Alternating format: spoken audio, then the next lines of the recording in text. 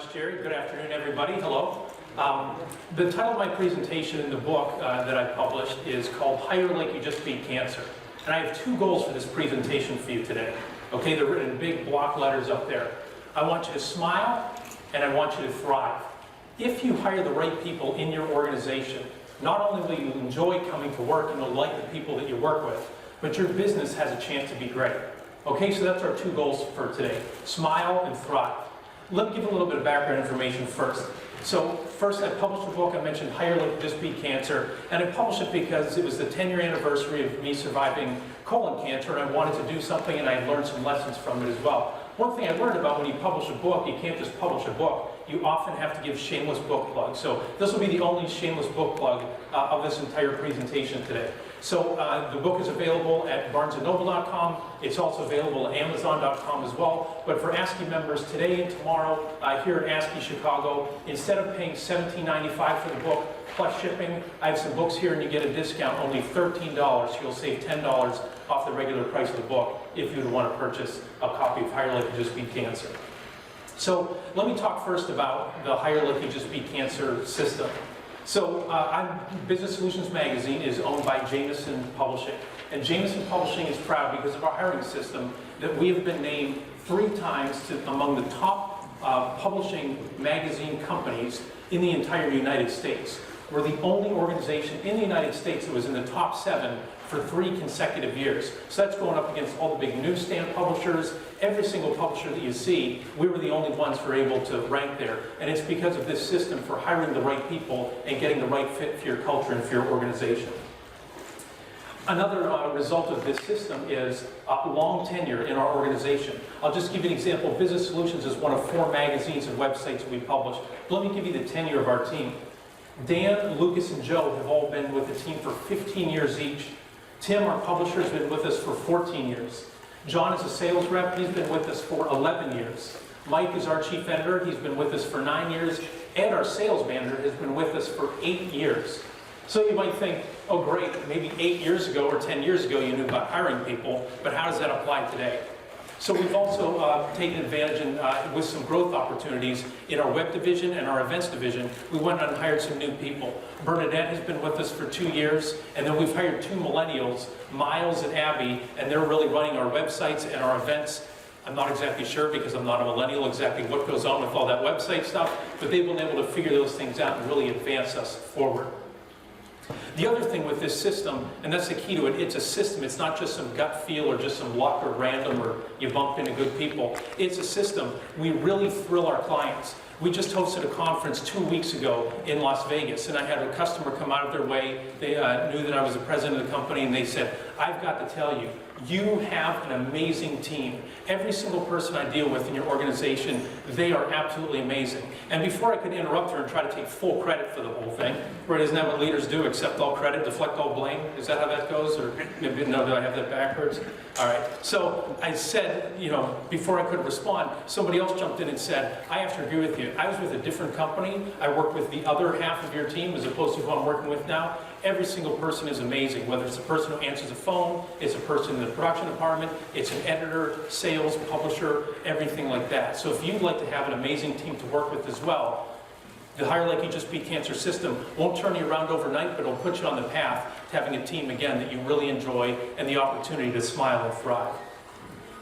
So I have to give the background first about why cancer and hiring. People always say, that just seems like an odd mix. Why Hire Like You Just Beat Cancer? So let me give you the short version of my story. When I was a young manager, I thought I understood the value of hiring the right people and what teamwork is all about. I thought hiring top-notch people was important, but it was one of those things that was on the list of 10 or 20 things you do when you run a business. Then, when I was age 32, I was diagnosed with colon cancer. And so it took me stepping away from the business for an extended period of time, with one of those possibilities being stepping away forever, to make me realize that hiring great people will truly make or break your business. You can't be there every day to monitor every single detail. You can't be there to answer every single question. You have to make sure that you hire a team who is able to be self-sustaining and can really grow and improve your business. So when I was forced to step away, I learned a lot of lessons about what I needed to do to find the right kind of people. And so the lessons that I learned when cancer knocked me down, I make sure I apply those aggressively every time I interview a potential candidate. So my primary goal, one goal coming out of this conversation, is for you to learn time-tested best practices that you can implement into your organization immediately. All the language here, there's not jargon, it's all business language that we've worked with before, and so you can apply it immediately. A secondary goal is, I hope everybody gets out of this from reading the book and from the presentation, that when cancer invades your life, fight back.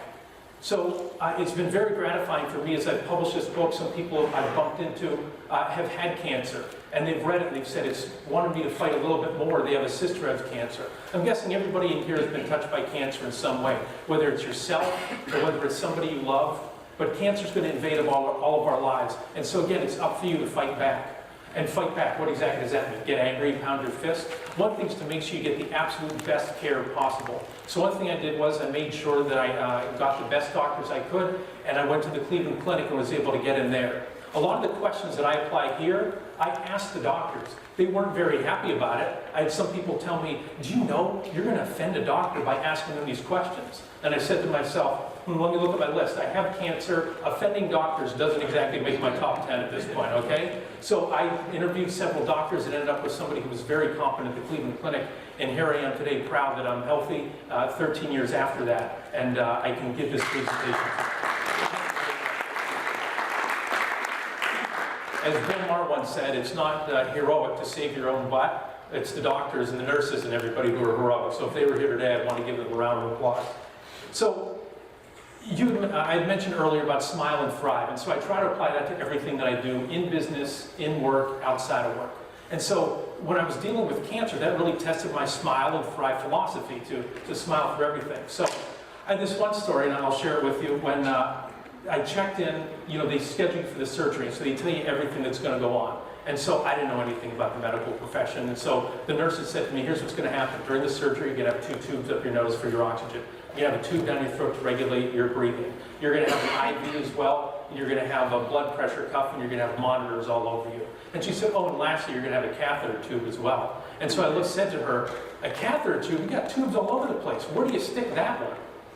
She looked back at me and had this look on her face like, oh, darling, you are so not going to like this answer. So I was able to smile and thrive through that. Again, I took it away as it was just an opportunity for a funny story for me to tell, as opposed to really what I was going to be going through. So let's get down to the hiring best practices. So the first thing is, your first hire is your worst hire. And let me tell you about my first hire. His name was Larry. I was publishing a sports magazine from Northwestern Pennsylvania, and I think a lot of people in this room running small businesses get into the same dilemma. You can only grow so big with what you can do, and now you have to hire a salesperson in order to make more sales for you. Anybody here been in that spot before where you have to go hire somebody? So I went out, and the first thing I did was ran a couple ads in the newspaper. All right, and then I got resumes in. And then I stacked them up and said, boy, this one's done media sales before. I should probably talk to him. Bring him in. We talked for half hour, 45 minutes, maybe an hour. And I thought, this guy knows way, way more about media publishing and media sales than I do. I should probably bring him on board. That was my entire hiring process right there. So here's what happened. Larry came on board, and what did he do the first day on the job? He sat at his desk and he read the paper. I said, Larry, what are you doing? I thought you should be making sales. He said, well, you read the paper, you find out leads. This is where you get leads for more sales. I said, okay, I guess you know better than I do because your resume is way stronger than me. On the second day, guess what he was back at his desk doing again? He was reading the paper. Oh yeah, got to see who's new in here, got to see who's new in here. So then Larry, eventually, after a few weeks, started making a couple calls and then leaving the office. And so I kept asking him every day, Larry, you have some sales to make? Oh, I'm working on it, I'm working on it. Well, so sure enough, I had set up Larry to be on salary for a month, and then he was going to move on to a commission plan after 1 month. How many sales do you think he had after 1 month? Zero. He had absolutely none. But what do you think Larry said? You know, I'm moving into this commission thing. Do you think you can spot me $500? Because I didn't know anything about sales. I said, sure, here you go. So I wrote a check for $500, and believe me, I didn't have a lot beyond that in my bank account. Gave it to Larry and said, all right, Larry, good luck. I'm waiting for those sales to rain in. Guess what Larry did the next day? He didn't read the paper. I would have liked if he'd have read the paper. He never showed up for work again. All right, so that was my first hire. And now you're probably thinking, oh great, and we're going to learn hiring lessons from this guy? Way to go. So Larry was my first hire, and he was my worst hire. So the key thing here is I want to talk about first, we all make hiring mistakes. Whether you, me, your favorite boss, the smartest business guru that you know of, you make hiring mistakes. The key is to learn from those hiring mistakes, and that's what this system is based upon. There's no substitute for that experience and learning from your mistakes. So Jack Welch, who ran GE so successfully and made a lot of money for so many years, here's what Jack Welch said he did from hiring. Quote, "The inconsistency of my first hires was laughable. One of my most common errors was to hire on appearances. In marketing, I'd sometimes recruit good-looking, slick-talking packages. Some of those were good, but some were just empty suits." So again, Jack Welch, with all his resources in the world, he only made 50% of his hires he thought were any good. So this system, the Hire Like You Just Beat Cancer system, it's based on failure analysis. And let me tell you the real genesis of it. We had a sales rep come in, so this is going back, a decade and a half ago to our organization. We had a sales training department. He came on board the first day on the job. He decided to take a nap during lunch at his desk, but actually on the floor in his cube. So here, lunch break is over, and people are walking by. There's 2 feet sticking out, and people are walking by like, "You gonna kick him?" "No, I'm not gonna kick him." "You gonna kick him?" "Well, let's go get a manager," right? That seems like management work right there, to go wake somebody up. So they go over and get a manager. The manager wakes him up. He's like, "Oh, I'm sorry, I just been a little bit under the weather. So I'm sure everything will be fine." Later that week, so that was Monday. It's Thursday of that week. So in the training group, somebody says, "Hey, where is Kent?" People are like, "I don't know. Kent went to hit the restroom, but that was like 20 minutes ago." There's only one guy in the training group, and his boss, the sales manager, or the training manager, was a female, so she couldn't go and check into the restroom. So she called this new hire and said, "I have a job for you, Corey." He's like, "Great, I'm all excited. What's it going to be?" "Go in the bathroom and see if Kent is in there." "Oh, great."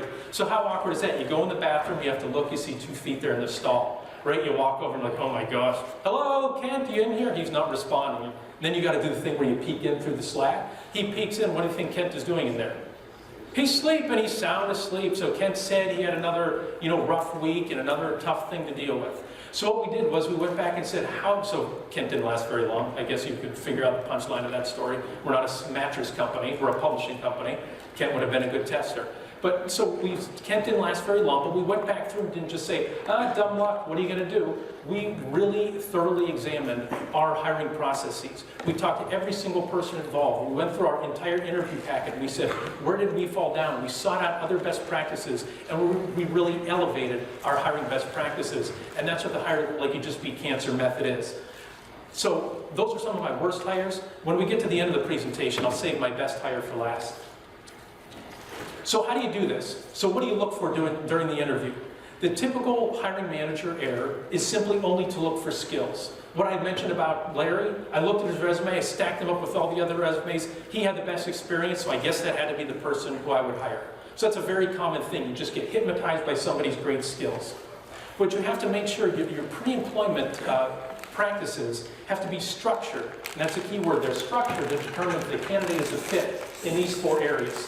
Skills, personality, character, and mapping. Not 2 out of the 4, not 3 out of the 4, but all 4 of those. So skills and personality, I don't think that needs any more explanation, right? The person's resume looks good, you bring them in, they like the Bears, you like the Bears, they like the Blackhawks, you like the Blackhawks, right? It seems like it's going to be a great hire. Am I right? I wasn't going to get into the Cubs-White Sox thing there. It seemed like the room could be divided on that. So skills and personality don't need further definition, but that's typically where hiring managers stop. They get a match there and they stop. So what we're going to talk about is that failed hires are typically rooted in character and mapping. Let's talk about character a little bit more. So you see here 6 character traits. So these are the building blocks, the fundamental ones. There are 18 that are listed in the book, but I want to talk briefly about these 6. So first, prudence. Prudence means doesn't make reckless choices, keeps things in perspective. So one thing is you're asking somebody for examples or how they make decisions. You can see, is it based in them being emotional, or is it going to be fact-based? When you're doing reference checks, criminal checks, driving checks, I strongly recommend those. You can find out, does the person have a DUI? Does the person have multiple DUIs? If somebody has multiple DUIs, do they make reckless choices or not? They make reckless choices, and it's probably not only not dealing with thinking and driving, it probably runs throughout their entire life. So that's why you want to make sure for prudence. It's not just outside work, it's an inside work kind of thing. It's what's inside of the person. Justice. They don't advantage themselves at the expense of others. When you're trying to seek examples, you find out, are they advancing in the company just to advance themselves? Are they looking to help the organization? Are they a company guy or a company woman? Or are they simply out for themselves or get the best, just what's for them? You want to find different examples. Are they selfish? Are they helping the team? Are they truly helping customers? Or are they trying to just make a buck? Fortitude. I like this. Encounters adversity with a pleasant disposition. How hard is that to do? To go through hell and smile all the way through. But it's very important. A lot of people see hell and instead of going through it, they're like, no, I'll leave that to somebody else.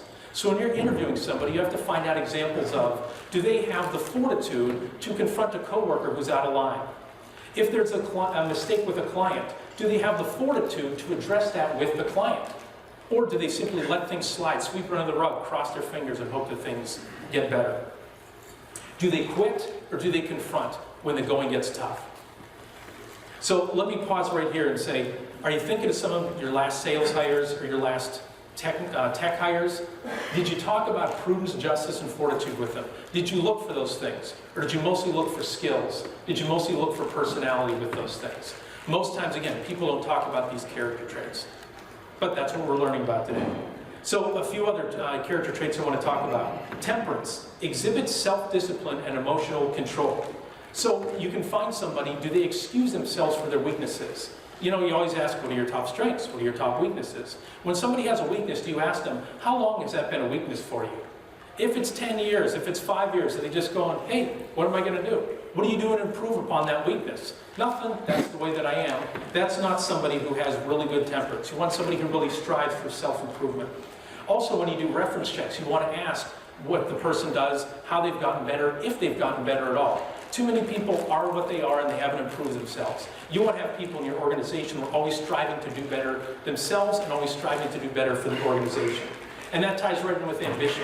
I like this, driven by desire to realize their personal potential. The key word in there is driven.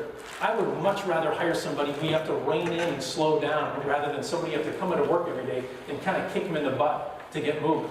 And this is especially important, a bunch of small organizations in here, right? I'm with a small business, a lot of small businesses in here. You need to have all hands on deck. Larger organizations could have somebody slide by, maybe go through the motions, but our organizations need somebody with very high ambition. Again, not just to realize their own self-potential, but to help others and improve their company. The last one is work ethic. Demonstrates initiative and determination to succeed. So it's not just working hard, it's taking that initiative. And it's not just giving in X amount of hours, but it's long hours put in to get a desirable outcome. Do they work until the outcome is achieved? Or do they stop short and say, good enough, that's enough? Have you ever met anybody, is there anybody who says they're not a hard worker? Right? Everybody thinks they're a hard worker, but you need to dig into and find out what goals have they achieved and how tough has it been for them to get there, and have they given that extra effort when they're in this situation. So if somebody is highly skilled, but they lack in these character traits, they are going to fail. All right? Here's an example. It just came out a few days ago. This happens with athletes all the time. All the talent in the world, but knucklehead behavior. Ray McDonald, right? Signed by the Bears. How many Bears fans we have in here? A lot of Bears fans, so you know what I'm talking about? Ray McDonald, super talented football player with the 49ers. He had what? A domestic violence? And then he had an assault. And so what did the Bears do? They signed him. And what did they think was going to happen? Guess what he just did over the weekend? Another domestic violence charge. He gets arrested for the 3rd time. And so I just look at myself and think that Chicago Bears, they're a multi-million-dollar organization. But even they get hypnotized, where they ignore the character traits. And they just do everything based on talent. They do everything based on what the resume says, and they forget about that stuff. So character is hugely important. Think about the worst employees that you've had of all time. Just think right now, the ones who didn't make the cut, the people who had to ask to leave. My guess is it wasn't a skill shortage or necessarily a personality shortage. It was probably a lot of character shortages. So let's dive into a character case study right now. So who knows the story here of football coach Bobby Petrino? Anybody know the Bobby Petrino story? A handful of people. All right, so he's a college football coach, Division I, very well respected, has won 75% of his games. So the guy can win. He clearly has the skills to win, and he has a personality to recruit top-notch players to his program. So, but what about his character, especially loyalty? Let's dive into it. 2003, he was named the head coach at the University of Louisville. After just one season, he secretly interviewed for the job at the University of, at Auburn University, to steal his old head coach's job. The guy who recommended him to get the job at Louisville was still the head coach at Auburn. He secretly met with the president to try to get that coach ousted and get him in there.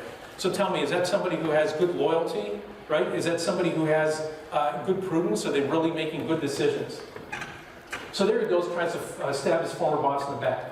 Well, a couple years later, he signs a 10-year contract with University of Louisville. I'm going to stay here for 10 years. That was in 2006. It's 2016, or 2015 now, so 9 years. Do you think he's still at the University of Louisville? Heck no. He bailed on that thing just 6 months into it. And he took a job with the Atlanta Falcons. That's the picture you see here, all happy and smiling at his inaugural conference there. So the NFL, the pinnacle of coaching, you would think, man, maybe this guy's learned his lesson and now he's a high character guy. Maybe he's going to learn that loyalty and he's going to stick with the Falcons and he's going to stay with it. Here's what happened with the Falcons. It's a 16-game season. 13 games into the season, they're 3-10. Does he have the fortitude to say, guys, we're going to stick it out, we're going to win these last 3 games, we're going to be 6-10, we're going to set ourselves up for the next season? No, he quits. He walks out on the team and takes a job at the University of Arkansas. And to show his lack of fortitude, instead of sitting the team down or meeting with them one by one and saying, guys, I'm leaving, here's what it is, he had somebody type up a 4-sentence resignation, and they left it on every single chair in the locker room. So his players went from calling him coach to calling him coward. All right? So how did Petrino do at the University of Arkansas? So everybody just take another look, one last look at this smiling face. Here's what happened at the University of Arkansas. All right? So you're wondering, I see some looks on your faces. What in the world happened there? April 2012, he and a woman are involved in a motorcycle accident. When the police stopped by and said, what happened? He said, I was in a motorcycle accident. It was just me, myself, I swear, there was nobody else here. That's because the woman was not his wife. So here he is married, but he's on a motorcycle with another woman. You're thinking maybe he was just giving her a ride, right? Like give benefit of the doubt. Just picked her up, she needed somewhere to walk. That wasn't the case. This was the other woman. This is a woman that he had been having an affair with. Not only had he been having an affair with her, so she's a 25-year-old woman who he had recently hired to work in his football office. But they had been having the affair prior to that. So what he did was, he went and kind of greased the skids in order for her to join his football staff so he can keep having the affair with the woman. So that's why he said he was the only one on the motorcycle. So to top off this sort of tragedy, they suspended him. When they went to do an investigation, they found out that he had made a $20,000 cash payment to this woman as a Christmas gift. All right? I think that's not exactly what the 3 wise men had in mind when they were talking about Christmas gifts, okay? But, so that's what he brought to the University of Arkansas. And I love this quote by a writer. As we know, Petrino's word is only as good as the motorcycle it crashed under. So I illustrate this case because if you hire low character people, if you do not hold out for high character, if you ignore character, you will invite some degree of a mess into your organization. And we don't want messes in our organization. It's hard enough to run a business as it is. We don't need anything like this. All right, before we go to the next slide, so just a quick quiz. One person gets to answer it, and the winner gets a piece of candy. Oh, there we go. Bobby Petrino won't recruit me if I throw like that. So mapping. I wouldn't play for me anyway, you can imagine. Mapping. That means, does the candidate have the psychological makeup to be inclined to perform the activities of your job consistently, independently, and above standard without the business owner, without the manager, having to relentlessly push the candidate to perform the activity. This is a really tough one to look for, but it's very important. So here's the example that I like to give. So if you're interviewing a sales candidate, and maybe they have the skills, and maybe they have the personality to make new sales, and they can do new sale after new sale after new sale, but in their heart of hearts, they're not a hunter, they're more of a farmer. They're not a getter, they're more of a keeper. They would prefer to be a customer service person rather than going out and being all new sales, all cold calling. You have to find out if the person is mapped for that. It's not just can they do it, but do they want to do it? How many folks here have read Talent is Overrated? Anybody read that book, Talent is Overrated? It all drives into this. It's all about people will do what they like to do. I mean, that's not really stunning, is it? Like, people will do what they like to do. But if you set somebody up in a position, they are not going to do as well as if we're in a position that was something they really like to do. So you have to find that out during the interview process. Is this something they would like to do? Not just do they have the ability in order to do it, and do they have the character to fit within our culture?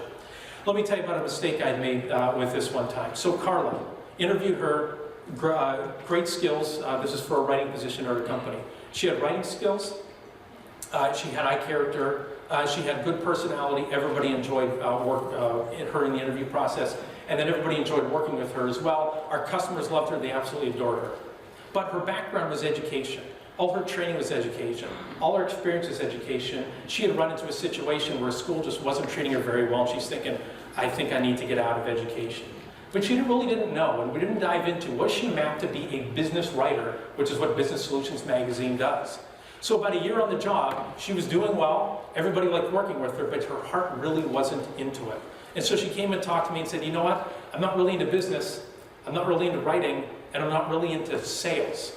Is there anything else inside the organization for me? And I'm thinking, if we're a business magazine company, there's really not more left. So she stayed as long as she could to find another job, and that was about 10 years ago. And so now she's been working back in education, and she's a very strong administrator in one of the best school districts in Northwest Pennsylvania. So they found something. She's, again, had the skills, the personality, and the character, but then she found a position that she was mapped for. We did not dig in and find out, is this something that she really, really wanted to do?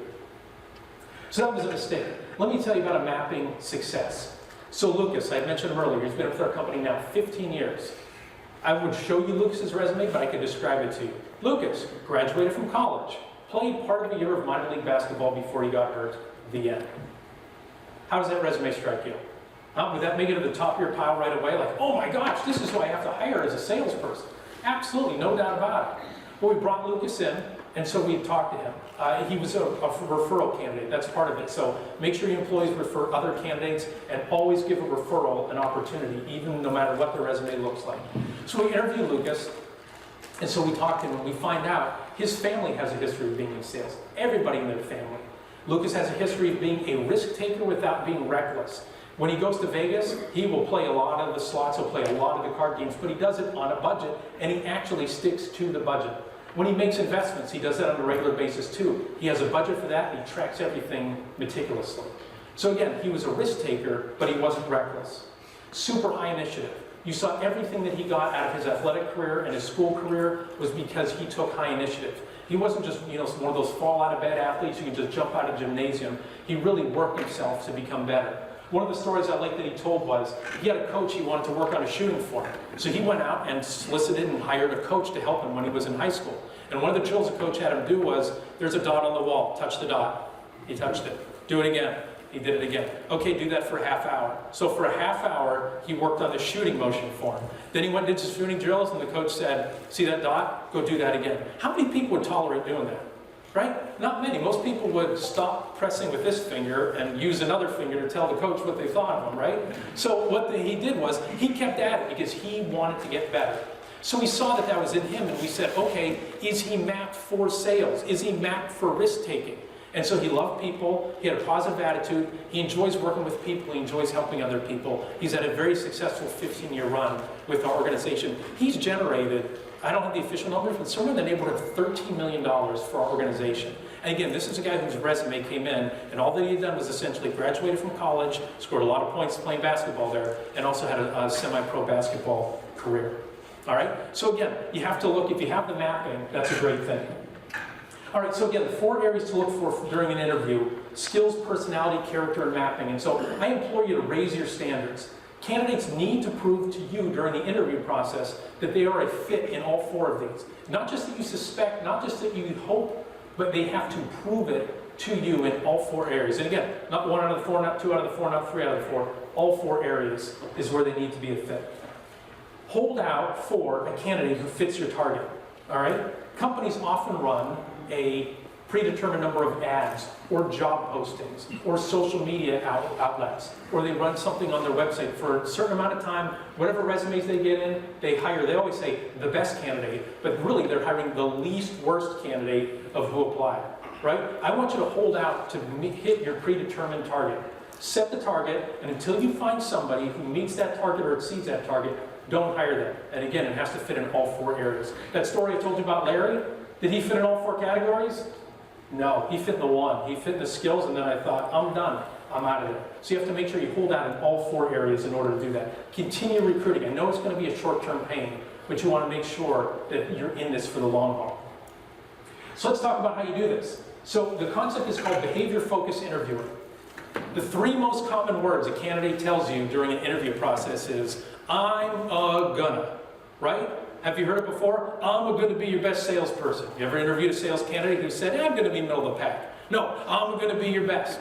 You interview a technician, I'm gonna be your hardest worker. I'm gonna have your highest retention rate for all your customers. Everybody makes these promises, but promises are not the best predictor of future performance. Just look at politics, right? Look back 4 years at the promises that are being made. How many of those are being kept?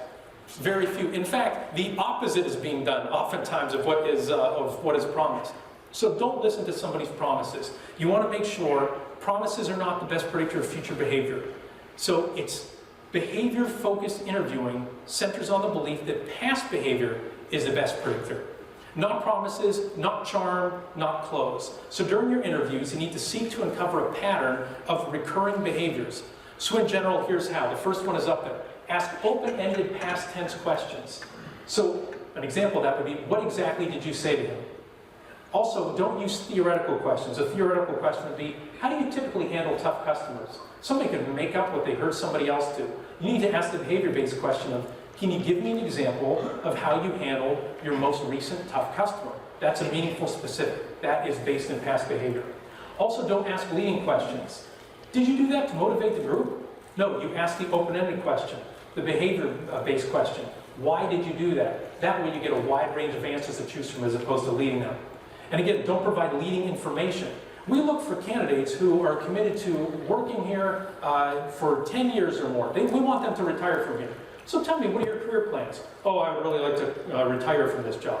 Don't give them that leading information. Ask more wide open questions. You will have to give candidates some information, but don't tip your hand that's going to lead them to the answers. And finally, don't ask closed-ended questions. Like, would you say you're comfortable having hard conversations? You're just going to say yes or no, and who's going to say no? You say, use the behavior-based approach. How do you feel after having a hard conversation? All right, so now it's time for a quick pop quiz, and I'm going to hand out candy to a lot of people. So you're going to answer the question of, is this behavior focused or not? All right? Here's the question. What is your dream job? Raise your hand if you want to answer. Is that behavior focused or not? No. What's your dream job? No. That's right, it's theoretical. Next question. If you were a tree, what kind of tree would you be? Is that behavior based? Somebody from over here. No? No? It's not only behavior based, it's ridiculous. Is it Barbara Walters who asked that question? It makes no sense whatsoever. I think face-to-face sales calls are most effective, don't you? Is that a theoretical? Excuse me? It's closed-ended, correct. It's leading and closed-ended. I think they're most effective. We give that answer over here. You gotta raise your hand. Very good. All right. I really love traveling to conferences. What do you think of them? Is that behavior-based? It's leading, correct. It's leading. You're telling them what you think.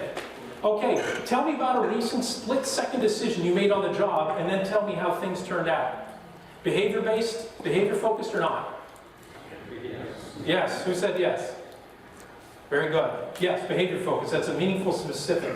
What's the most difficult thing about your current job? Is that behavior-based? What's the most difficult thing about your current job? Yes, yes. It's based on real, meaningful specifics. They're talking about something they actually did. So do the last two over here. What are your top 5 professional accomplishments? Is that behavior-based? What are your top 5 professional accomplishments? What have you accomplished? Yes, shaking your head, yes. I'm going to take an eye on someday doing this. What tasks do you enjoy the most? Is that behavior-based? No? Why do you say that?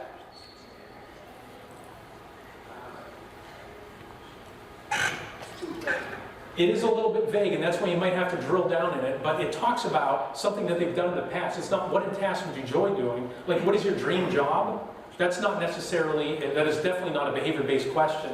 But what tasks do you enjoy doing? Talks about some of their past history. And let me talk about the next, so the quiz is over. Thank you, everybody, and I'm glad no one got hurt. So the follow-up to behavior-based questions is why, okay? If somebody says, what task do you enjoy? I enjoy completing a project checklist. Why? If their response is, because it's easy. I like doing easy things. I try to avoid hard things. That's a way different answer than, I enjoy seeing tangible accomplishments and it motivates me to do more. And project checklist just makes sure that everything is organized in front of me and make sure I don't forget anything. That's a way different caliber of candidate than somebody who just said, because it's easy. Another key for behavior-focused interviewing is to ask for more than one example. You don't want to base your opinion on the candidate on just one data point. If they had a tough conversation with a customer, it might be the only tough conversation with a customer they ever had. So it's going to stretch out your interview process, but it's very important to say, can you please give me another example? So a couple other things I want to go over before we wrap up. These are some other principles as well. Conduct multiple interviews. You cannot just hang out with a candidate for a half hour, 45 minutes, or even 90 minutes and get all the information that you need. Here's the visual that I want you to have. A lot of times people think, oh, I need to get more information. So it's like filling up a bucket of information, dumping it on the table and sorting through it. And then they hear this presentation, they go, oh God, I've been doing one bucket. 2 buckets, got it, that's what I'm going to do. I'm telling you, no, that's not enough. You need to walk in your conference room, not literally, but figuratively, with a wheelbarrow overflowing full of information on that candidate before you make the hiring decision. You dump that out on your table, you'll have all sorts of stuff to sift through, and you're almost guaranteed to make the right decision. You know, there's actually a point where you get that much information, there's almost not a decision to be made. Right? It's just so obvious to both the candidate and both to you whether it's a fit or whether it's not a fit. So I implore you to conduct multiple interviews. So here are things that multiple interviews do. They give the hiring manager the opportunity to reflect on the candidate's answers. If you do everything in one decision or in one interview, you're not going to have a chance to look back and say, geez, I'd really like to ask a follow-up to that. It's just kind of hard when you're doing that interview, that give and take, to really think on your feet. This will enable you to stop, pause, think, and move forward. Multiple interviews allow the manager to observe whether the candidate's answers and behaviors remain consistent. There's nothing like interviewing somebody 2 weeks apart, asking them a similar question, getting back 2 completely different answers. A lot of folks make mistakes and they try to snow you, and so this is something you want to avoid, and multiple interviews help you do that. It also helps you better compare and contrast candidates. If you only have 4 criteria to compare candidate A with candidate B, you're going to make mistakes. If you get 100 criteria to compare them with, you're going to know which one is the better candidate. Also, multiple interviews help test their fortitude and their perseverance. Do they really want your job? They'll say in the interview, yes, I do, but will they come back again and again and work around their schedule to make sure that they get that job? Also, it's very important because this allows the candidate, multiple interviews allow the candidate and their family to reflect upon whether this is a good life change for them or not. We interviewed somebody 3 times, he's actually a friend of mine, and so he was looking to leave a job, but as we got into all these behavior-based questions, he said, you know what, I really just need to have the tough conversation with my boss and get that adapted inside the organization, because this job isn't the right fit for me, the job I currently have is the right fit, I just need a couple changes to be made. So it's very important for the candidate as well. So how many hours do you spend on average with a candidate? For a lot of companies, it's an hour, 2 hours, maybe 3 hours with a successful candidate. Our organization, before we make a job offer, it spends 16 hours with a candidate. You know, people think 16 hours, that's insane. We don't spend 16 hours with every candidate. These are before we make a job offer. But think about it. If you want somebody to build your organization, you want to come and work every day and smile because they're a good person. You want your organization to thrive. You want them to be there for the long term. You want this person. So putting 2 days into it, on the grand scheme, if you want them there for 5, 10 years or more, it seems like it's something that is worth the investment, or we've seen that it's worth the investment. Let me quickly go through as time winds down the five hiring don'ts. Don't hire somebody with below average presentation. They don't have to be a supermodel, but they have to be professional. This applies to not just how they look, but how they groom themselves, how they dress, and what kind of grammar that they need. You want to be a top-notch organization, you need to have top-notch people who present that way. Don't offer a job to your candidate who won't work at your company in 10 years. A lot of people say it's impossible, not in these days, but I listed some of the folks that we've been able to keep on board, not just in our office in Northwestern Pennsylvania, but in our Philadelphia and Pittsburgh offices. We've been able to do this in big cities as well. You have to hold out for people who are in it for the long term. There's no guarantee, but if you hold out for it, you have a way better chance of achieving it. Don't hire candidates who frequently switch companies or careers. If somebody in their last 5 employers have been with them 3 years or less, how long do you think they're going to be with your organization? Probably 3 years or less. But you want to dig into the interview to find out, was it a layoff? Was it that they went out of business? Did they move? So you need to, again, ask why. But you don't want to hire somebody who's just a job hopper. And don't offer full-time employment to a candidate whose history shows no financial need to work. When the going gets tough, they will get going and not need to work. How many people, if they won the lottery, would come into work every day and put in your 40, 50, 60 hours that you are? A handful of people, but the vast majority of people who you interview aren't going to do that. So you have to make sure they have a financial need to work. Also tying in with that, don't determine how much your company is willing to pay a candidate to fill your open position. A lot of times people draw the line at $40,000. Somebody comes in at $50,000, they're like, nope, I'm not going to interview them. If it's somebody who can transform your business, they very well might be worth that extra $10,000. So don't automatically discount them. All right, so the last two slides didn't have an image, so I said, you don't want below average presentation. So here's another last hiring note. Don't base hire solely on looks, because man, you'd hire those two cute animals. At least my 9-year-old daughter. Right? When I was reviewing this PowerPoint, she wanted to slide that in there, so I managed to do it. So kudos to Dad for that. So I said I'd tell you about my best hire ever. And these are kind of my final words on the Hire Like You Just Beat Cancer system. Throughout this presentation, I've given you a lot of details of lessons I learned about the importance of people decisions. And here's one more hiring-related anecdote I want to share with you. Our copy editor position at Jameson Publishing had been open for a long time, almost a year.